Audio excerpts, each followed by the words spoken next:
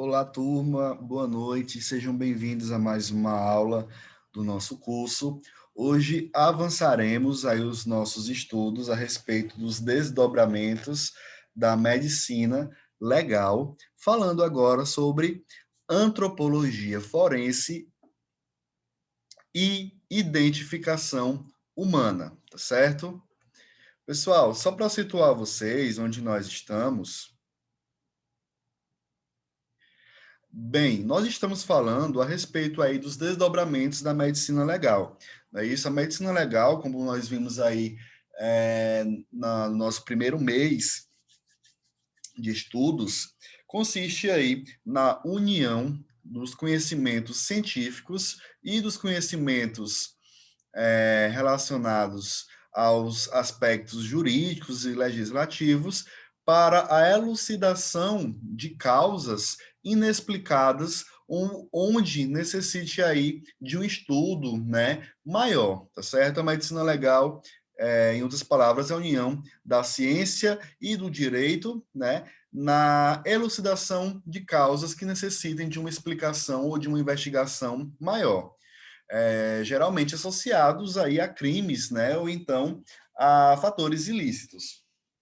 Nós falamos, né, nas aulas anteriores a respeito aí da traumatologia forense, não é isso? Comentamos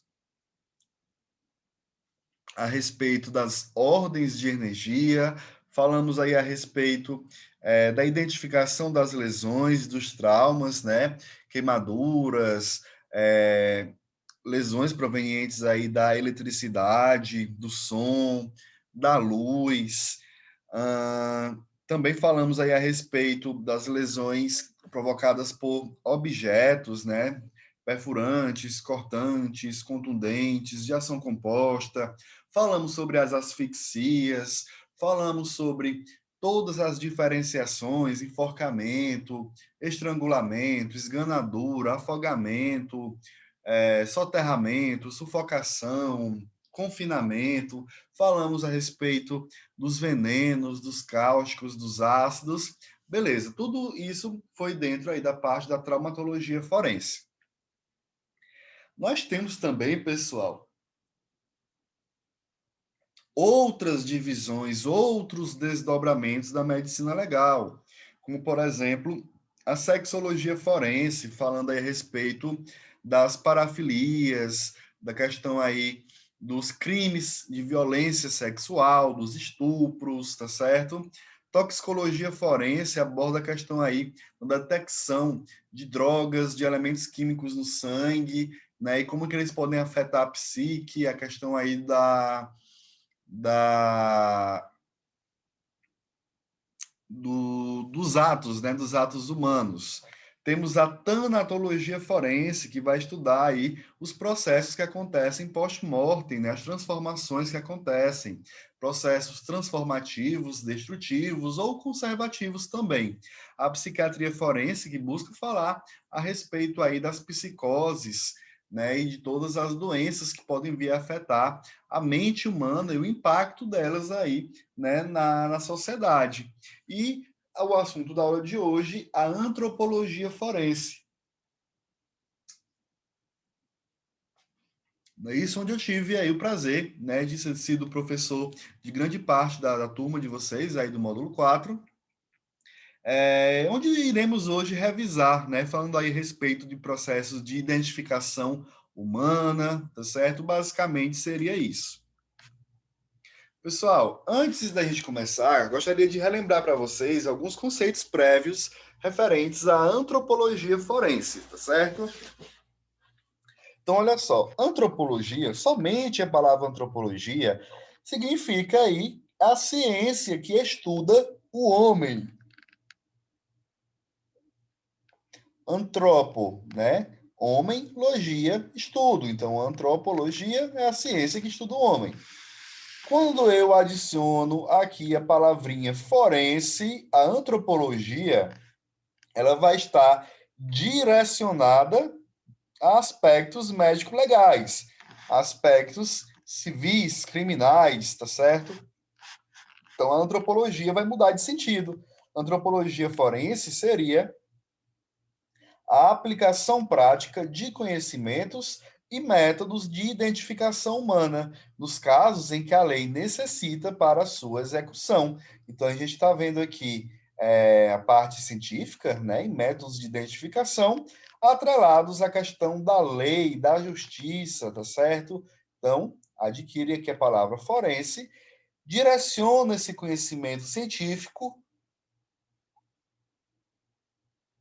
a práticas jurídicas com finalidades aí médico-legais. Identidade, pessoal. O que seria a identidade? É o conjunto de características próprias e exclusivas de uma pessoa. Pessoal, aquilo que garante a identidade para alguém é um conjunto de características exclusivas que somente aquela pessoa tem. Hoje, né, a população mundial ela ultrapassa os 7 bilhões de habitantes, não é isso? Sendo que cada um, né, do universo de 7 bilhões de pessoas traz consigo características próprias e exclusivas que lhe garantem a sua identidade. A sua identidade é própria daquele indivíduo, é única, é o que torna ele único na sociedade, tá certo? Então, até mesmo irmãos gêmeos, pessoas muito parecidas, da mesma família, filhos, mães, parentes, cada um, por mais parecido que seja, tem traços ou, digamos que, características únicas, o que tornam eles únicos, e aquilo garante a sua identidade, tá certo? Pessoal, o verbo reconhecer significa conhecer de novo, afirmar, admitir como certo ou certificar-se de. Tomem muito cuidado com a palavra reconhecer, porque dentro dos aspectos médicos legais, dos aspectos forenses, a palavra reconhecer, ela tem um impacto que nem sempre é aquele que o qual que se deseja utilizar. Por exemplo, digamos que nesse período, né, agora de quarentena, de reclusão social, você acaba, né, avistando um conhecido seu, um amigo seu na rua. E ele está muito diferente daquilo que você conhecia, né, anteriormente. Pode ter engordado, ter ficado careca, ter mudado a cor do cabelo, pode ter emagrecido também, né? Mudou aí um pouco da sua fisionomia. Mas mesmo assim, com todas essas modificações, com todas essas mudanças que ele sofreu, você reconheceu aquela pessoa, né? Agora mesmo, né, nesse período assim, né, nesse novo mundo que nós estamos vivendo, né, que as pessoas obrigatoriamente precisam usar máscara, né? Quem já é ruim de reconhecer alguém se tornou pior, mas tem pessoas que elas são muito perspicazes assim no sentido de conhecer, né, de reconhecer alguém somente pela observação, né? Então, mesmo de máscara, as pessoas elas conseguem se reconhecer. O que eu quero dizer, pessoal, com essa palavra, reconhecer? Pessoal, quando eu reconheço alguém, eu utilizo somente o meu aspecto visual, tá certo? Eu consigo, com o sentido da visão, olhar aquela fisionomia e reconhecer aquela pessoa. Mas o que acontece? Quando eu reconheço alguém, eu posso estar erroneamente, né, no caso, direcionando aí a minha percepção. Pode ser que essa pessoa ela seja muito parecida com alguém que eu conheço e eu reconheci ela de forma errada. É o que pode acontecer, por exemplo, pessoal, com testemunhas de um crime, de alguma coisa, que sobre o seu, sobre forte emoção ou sobre uma percepção equivocada, acaba reconhecendo uma pessoa errada, né, que nem esteve ali naquele momento, de acordo aí com características, né, digamos que características insuficientes, tá certo? Então, o que eu quero dizer, pessoal, reconhecer é uma forma falha, tá certo? Dentro da antropologia forense. Quem reconhece, tá certo? Pode reconhecer, mas pode também ser induzido ao erro, principalmente quando dentro de fortes emoções, né? Ou no caso aí de uma percepção não tão apurada, tá certo? Quando eu utilizo métodos empíricos de observação apenas baseados no sentido da visão, eu estou reconhecendo alguém. Entretanto, esse reconhecimento pode ser falho, né, sendo levado ao erro. Mas, pessoal, percebam agora o peso da palavra identificar. Quando eu identifico alguém, eu determino a sua identidade. E o que é identidade? Um conjunto de traços únicos e exclusivos de uma pessoa, o que tornam ela única e, dessa forma, indubitavelmente, é aquela pessoa. Na identificação, pessoal, né, são processos pelo qual se determina a identidade de um indivíduo. E esse processo é um processo científico, um processo metodológico, tá certo? Então, percebam a diferença entre reconhecer e identificar, tá certo? Quando eu reconheço com o sentido da visão, podendo ser levado ao erro quando sob forte emoção ou quando a minha percepção não está tão apurada. Eu posso errar. Já a identificação, não. A identificação passa por processos técnicos científicos, a qual se determina indubitavelmente a identidade de uma pessoa, tá certo?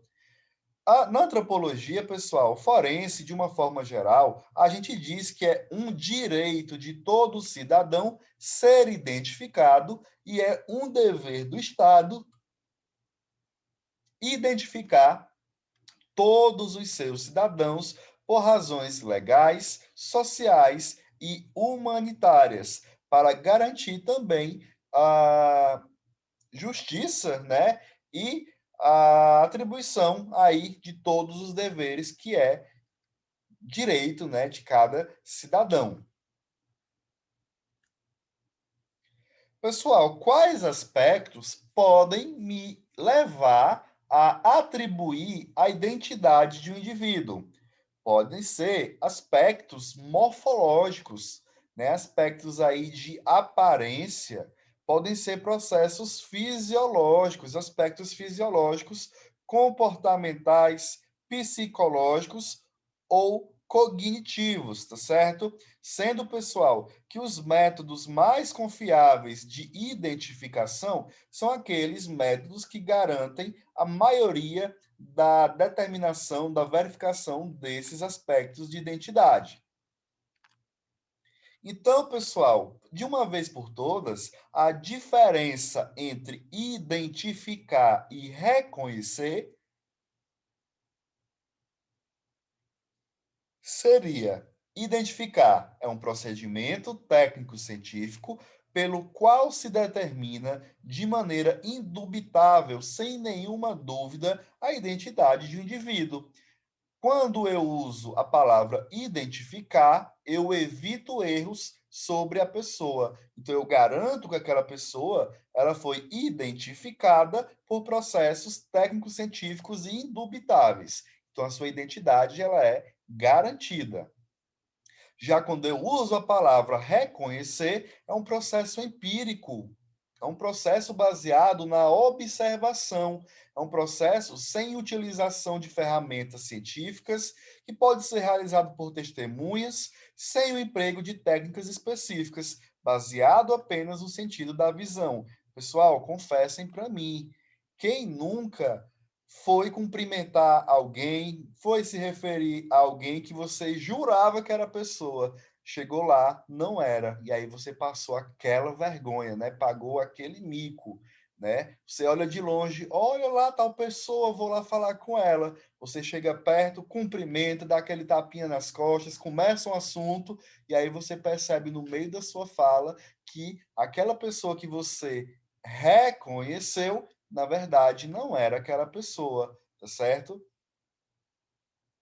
Então, pessoal, Até mesmo veículos, né, aí na mídia costumam utilizar erroneamente essas palavras, identificar e reconhecer. Então, olha só, família identifica corpo encontrado decapitado no conjunto Tiradentes, em Manaus. Segundo o delegado Rafael Campos, a suspeita é que a vítima tenha sido assassinada, né, em um acerto de contas por causa do envolvimento com tráfico de drogas. Pessoal, exceto se essa família for uma família aí de peritos, de médicos, de alguém ligado a uma atividade técnica pericial, essa palavra identificar, ela está errada, porque a família, ela não identifica. A família, ela reconhece. Ela pode reconhecer baseado em quê? Baseado em uma tatuagem, baseado em um sinal de nascença, baseado na roupa, baseado na cor do cabelo, no tom de pele, na altura, pode reconhecer segundo várias coisas, tá certo? Mas nenhuma dessas características ela é suficiente para identificar alguém. Às vezes a gente sai de uma loja de roupa achando aí que está sendo único e exclusivo com uma peça que você achou legal. E aí você sai na rua, você vê 3, 4 pessoas com a mesma roupa que você, né? E aí você percebe que mais de uma pessoa pode utilizar as mesmas roupas, né? Roupas parecidas, roupas semelhantes, roupas idênticas. Então, a roupa não pode ser um processo, uma característica, um aspecto utilizado para identificar, tá certo? Principalmente hoje em dia, né, que tem essas linhas de roupas, né, vendidas aí, por exemplo, em Renner, C&A, Riachuelo, né, são muito parecidas aquelas roupas, né, até mesmo idênticas. Então, mais de uma pessoa pode ter a mesma roupa. Tatuagem. Tatuagem, pessoal, pode existir pessoas com as mesmas tatuagens nos mesmos locais do seu corpo do mesmo jeito. Principalmente essas tatuagens, por exemplo, uma patinha de um animal, um coração, uma chave, um cadeado, né? Essas tatuagens mais comuns, né? Então elas podem ser feitas, né? Idênticas, né? No mesmo lugar. Então não é algo que venha a identificar, tá certo? Marca de nascença, né? Às vezes numa mesma família, as marcas de nascença elas aparecem no mesmo lugar, um sinal, uma mancha, um sinal específico, né? Por exemplo, um sinal, uma cicatriz também, né? A pessoa pode ter cicatriz parecida no mesmo lugar, que pode levar a erros na identificação. Então, a gente não identifica com cicatriz, a gente reconhece, tá certo? Então, tá errado, tá? Quando a gente fala que a família identificou esse corpo. A família ela pode ter reconhecido e pode até reconhecer errado, né? De forma errônea. Família identifica corpo de Carol Bittencourt encontrado no mar em Ilhabela. Aquela modelo, pessoal, que acabou se afogando aí durante um passeio de lancha, né, com seu namorado. Certo? Então a família não identificou o corpo da Carol, ela reconheceu. Outra notícia, na violenta Ciudad Juarez, peritos reidratam corpos para identificá-los. Pessoal, os peritos, eles têm acesso a todos os equipamentos, né, técnicos científicos baseados na identificação. Então, dessa forma, a identificar, né, a palavra identificar aqui está sendo usada de forma correta, tá certo? Então, creio que vocês agora tenham entendido, né, de uma vez por todas, a diferença entre esses dois verbos, né, entre identificar e reconhecer, tá certo? Pessoal, quais são os requisitos técnicos da identificação? O que um método utilizado aí no processo de verificação da identidade de uma pessoa precisa conter? Esse método, pessoal, ele precisa garantir a unicidade, ou seja, aquela característica observada, né, para a identificação, ela precisa ser uma característica única, exclusiva. Outra coisa, imutabilidade. Aquela característica, ela não pode ser passível de modificação, ela não pode se modificar, ela precisa ser única, exclusiva e imutável. Outra coisa, aquela característica ela precisa de praticabilidade, ou seja, ela precisa ser verificada de uma forma simples e prática. Outra característica é a classificabilidade. Essa característica observada para garantir a identificação, ela precisa ser passível de classificação, né? De seus diversos tipos, ela pode ser classificada de acordo com um de seus tipos. E a perenidade é a característica que garante que, desde a formação embrionária até após a morte e antes da putrefação, aquela característica esteja presente. Então, a perenidade garante que aquela característica possa ser observada desde o momento que a pessoa nasceu, desde a sua formação embrionária, até mesmo após a sua morte, antes do período de decomposição. Então, pessoal, o requisito técnico da identificação, ele requer essas 5 características: unicidade, imutabilidade, praticabilidade, classificabilidade e perenidade. Alguns requisitos técnicos da identificação, eles atendem a 2, a 3 desses requisitos, sendo que apenas hoje, pessoal, apenas uma forma de identificação contém todos esses 5 requisitos técnicos, tá certo? Então, pessoal, relembrando aí, qual é o principal método de identificação que contém todos os 5 requisitos técnicos?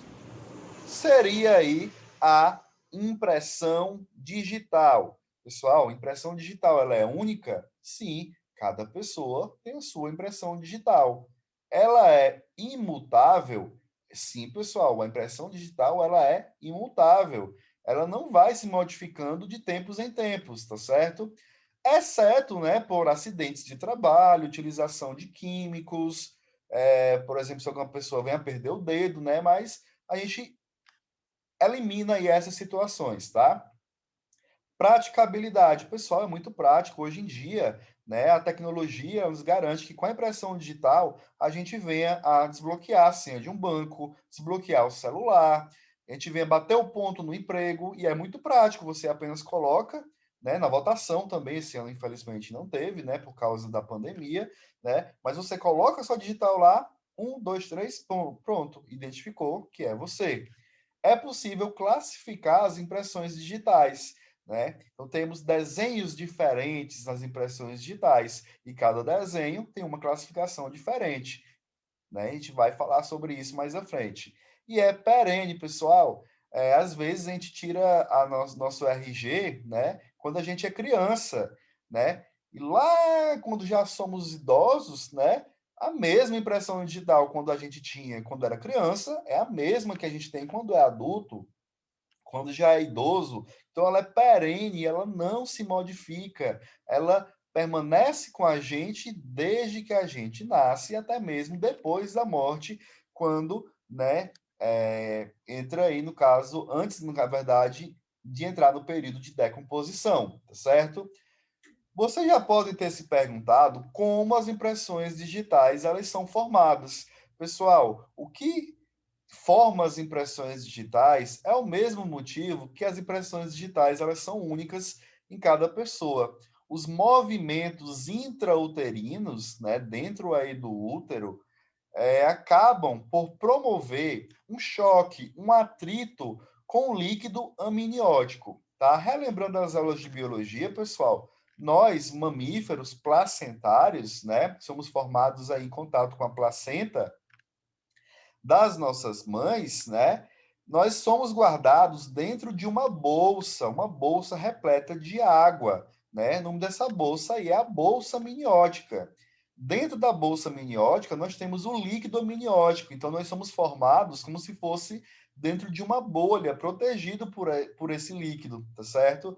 Então, quando nossas mãos, nossos pés, nós estamos sendo formados, o contato aí, tá certo? da ponta dos nossos dedos com esse líquido acaba promovendo aí um atrito, e esse atrito promove aí a formação das nossas impressões digitais, tá certo? Então, o movimento dos nossos membros em formação, em choque, em contato com o líquido amniótico, vai formando as impressões digitais.